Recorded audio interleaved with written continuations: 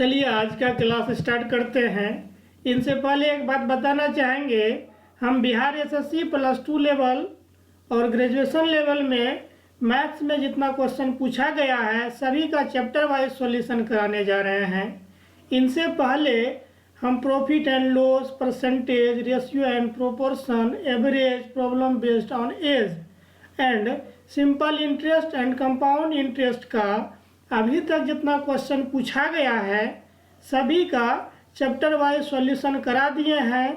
जिनको भी इस चैप्टरों में कोई समस्या आती है यूट्यूब में प्लेलिस्ट का एक सेक्शन बना दिए हैं, उनमें सब चैप्टर का सेपरेट किया हुआ है, जाके वहां से देख सकते हैं।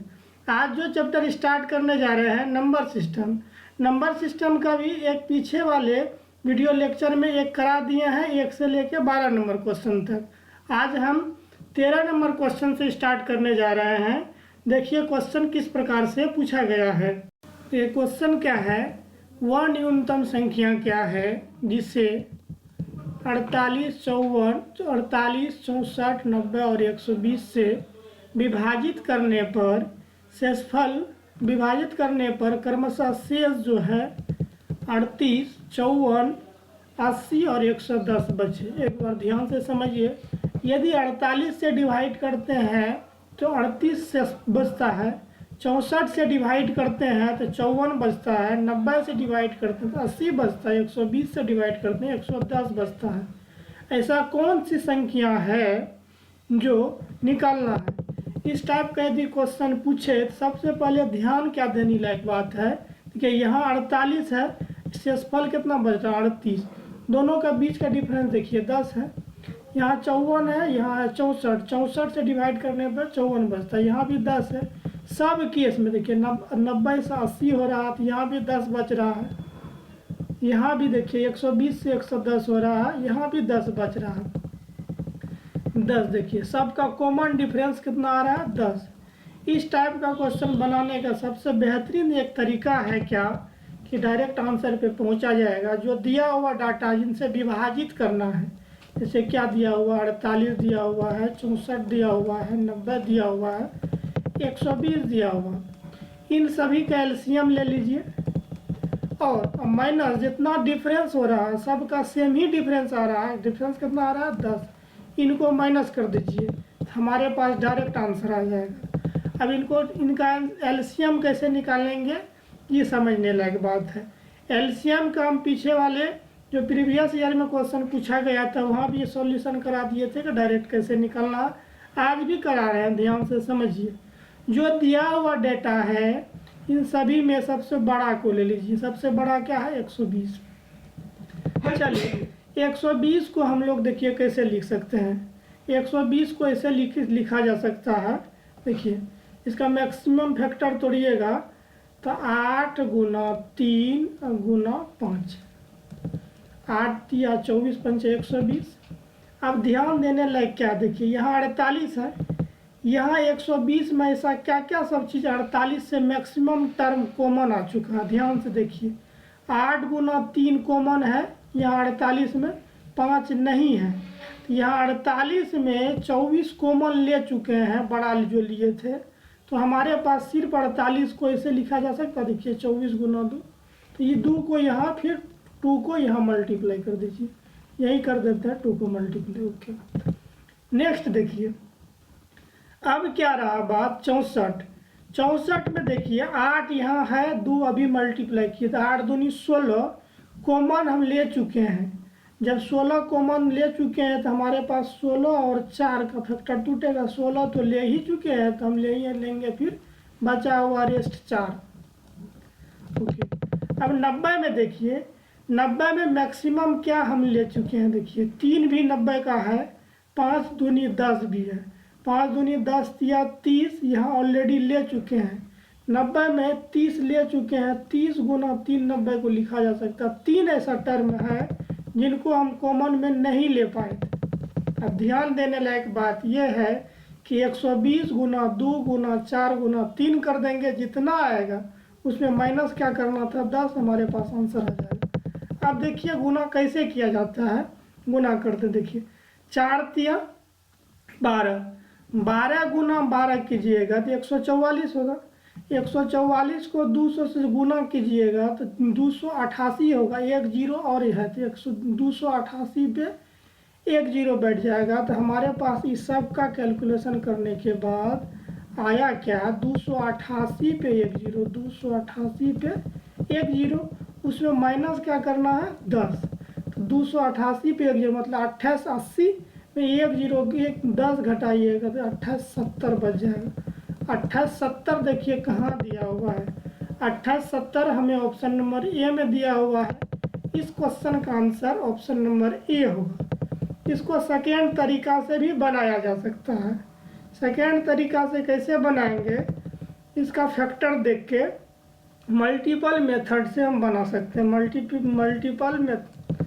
मल्टीपल गिवन मेथड से बना सकते हैं। क्या मल्टीपल गिवन मेथड क्या होता है देख के बना सकते हैं। कैसे, देखिए 48 से डिवाइड करने पर हमारे पास क्या बच रहा है 38। जो संख्या दिया हुआ है यदि उसमें से 38 को मल्टीपल गिवन मेथड से भी बनाया जा सकता है। कैसे बनाना है कि 48 से डिवाइड करने पर क्या बच रहा है शेषफल 38। जो संख्या है यदि उसमें से हम 38 को घटा देंगे तो 48 से पूरे कटना चाहिए। सेकंड देखिए 64 से डिवाइड करने में 54 बचता है तो 54 जो संख्या आंसर में देगा 54 उसमें माइनस कर देंगे तो 64 से पूरी कटना चाहिए। फिर 90 से डिवाइड करने पर 80 बचता है, उस संख्या में से 80 को माइनस कर देंगे तो 90 से पूरी कट जाएगा। जो संख्या आंसर है यदि 120 से डिवाइड करने पर 110 है, उसमें फिर 110 माइनस कर देंगे तो 120 से पूरी कट जाएगा। इस टाइप का क्वेश्चन में सब पे चेक नहीं करना है, ऐसा चेक करना है कि डायरेक्ट जो हमें कैलकुलेशन करने में इजी दे। जैसे कि हम 90 से चेक करते हैं। 90 से सेंस क्या है, 9 गुना 10 90 को लिख सकते हैं। 9 गुना 10 हमको इजी लगेगा चेक करने में। कि दिया हुआ क्या 38, यहाँ 80 है, 90 से डिवाइड करने पर 38, जो 90 से डिवाइड करने पर 80 शेषफल बचता है। जो दिया हुआ हमें है क्वेश्चन उसमें से 80 हम 80 माइनस कर देंगे तो 90 से पूरी कट जाना चाहिए।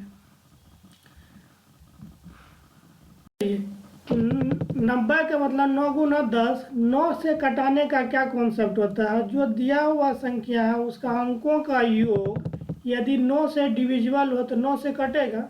चलिए 2870 लेते हैं। 2870 का अंकों का योग कीजिए, 8 2 10 7 17 घटाएंगे क्या 80 मतलब 8 और अंकों का योग 8 प्लस 0 8 होगा। तो यहाँ हमारे पास 2870 में से 80 घटाइए तो इसका अंकों का योग बन रहा 17, इसका अंकों का योग बन रहा 8। दोनों में से डिफरेंस कीजिए तो 9 9 8 17। तो 9 का फैक्टर क्या कहता है कि कोई भी दिया हुआ संख्या जो है 9 हो या 9 का डिविजिबिलिटी यही नहीं कहता है कि 9 कोई भी संख्या दिया हो या तो 9 का अंकों का योग 9 हो या तो 9 का कोई फैक्टर हो, 9 18 17 इस टाइप में। तो यहाँ 9 आ रहा है। इस क्वेश्चन का आंसर 2870 सही है। और 10 से यदि 90 को 9 गुना 10 देखना था, फिर 90 को 9 गुना 10 देखना तो 9 से तो कट रहा है, और 10 से कटने के लिए लास्ट में जीरो है। ठीक है। इस टाइप का यदि इस टाइप में सेकेंड यदि फर्स्ट ऑप्शन में ऐसा नहीं मैच करता तो फिर सेकेंड चेक करते, फिर थर्ड चेक करते, फिर फोर्थ चेक करते। नेक्स्ट क्वेश्चन की तरफ देखते हैं। नेक्स्ट क्वेश्चन किस प्रकार से है, चलिए अच्छा क्वेश्चन है, ध्यान से समझिए। क्वेश्चन क्या कह रहा है कि एक किसान अपनी n गायों की झुंड को अपने 4 बेटों में इस प्रकार बांटता है कि पहले बेटे को आधा झुंड मिलता है, पहले बेटे को आधा झुंड मिलता है, दूसरे बेटे को 1/4 मिलता है, तीसरे को 1/5 मिलता है, और चौथा जो है उनको 7 मिलता है, 7 गाय मिलता है, 7 गाय मिलता है, 7 गाय मिलती है। ठीक है। तो तदनुसार n का वैल्यू निकालिए। इस टाइप का क्वेश्चन यदि जब भी पूछे, फ्रैक्शन में दिया हो 1/2, 1/4, 1/5, जितना फ्रैक्शन में दिया हो, इस टाइप में सबसे पहले मान लेना है क्या जो फ्रैक्शन में दिया हुआ उसका एलसीएम, फ्रैक्शन में भिन्न अंश बट्टे हर, नीचा वाला जो दिया हुआ जैसे 2 है, 4 है और 5 है, ये सब का एलसीएम ले लीजिए, डायरेक्ट मान लेंगे एलसीएम, वही चीज़ एलसीएम ले लीजिए। देखिए 2 चौका 8 पंचा 40, 40 मान लिए कि कंप्लीट 40 यूनिट जो है वो गाय की संख्या है, 40 यूनिट में मान लिए। तब देखिए ध्यान से 40 का 1/2, 40 का 1/2 पहला बेटा को मिला, 40 का 1/2 कहने का सेंस क्या हुआ, 40 का आधा, 40 का आधा कहने का सेंस क्या हुआ 20, पहला बेटा को 20 मिला। दूसरा हम देखिए 40 का 1/4 मिला दूसरा को, 40 का 1/4 का मतलब क्या, 40 का 1/4 मतलब 10। तीसरा को देखिए 40 का 1/5 मिला, 1/5 मतलब 40, ऐसे लिखेंगे ना, 40 का 1/5, 1/5, 8 पंचा 40, 8। पहला को मिला 20, दूसरा को मिला 10, तीसरा को मिला 8, यूनिट में है सब, 20, 10, 30, 8, 38, बचा कितना 2, यही 2 यूनिट जो बचा ये कंप्लीट। देखिए 40 ये यूनिट में मान के चले, यूनिट में 40 यूनिट, इसमें पहला बेटा को 20 यूनिट मिला, दूसरा को 10, तीसरा को 8 यूनिट मिला। चलिए ये फर्स्ट वाला है, ये सेकेंड वाला है एंड ये थर्ड वाला है। फोर्थ वाला देखिए यहाँ 40 यूनिट में सब ठो, फोर्थ वाला में 40 माइनस 38 कीजिएगा 2 यूनिट, ये मिला किनको, फोर्थ वाला को। यही 2 यूनिट जो है 7 गाय के बराबर है, 7 गाय के बराबर है। हमें निकालना क्या है, n गाय की संख्या, n कितना मान के चले थे 40, तो 40 का वैल्यू निकालना है। 2 यदि 7 के बराबर है, 2 यदि 7 के बराबर, देखिए 2 से 7, 40 किसके बराबर, इधर देखिए इस टाइप का बोले थे क्या, इधर से इधर भी कटता है, इधर से इधर कटता है, इधर से इधर कटता है और इधर से इधर कटता है। इधर से 2 से 7 कटाने में टफ पड़ रहा है तो इधर से कटाइए, 2 से 40 होने में 20 गुना जा रहा है, तो 7 से भी 20 गुना हो जाएगा, 20 गुना 7 140, तो उनके पास गायों की कंप्लीट संख्या जो है 140 हो जाएगी। चलिए नेक्स्ट क्वेश्चन की तरफ बढ़ते हैं, देखते हैं नेक्स्ट क्वेश्चन किस प्रकार से। चलिए क्या बोला है, निम्नलिखित संख्याओं में से कौन सी 99 से ठीक विभाजित होती है।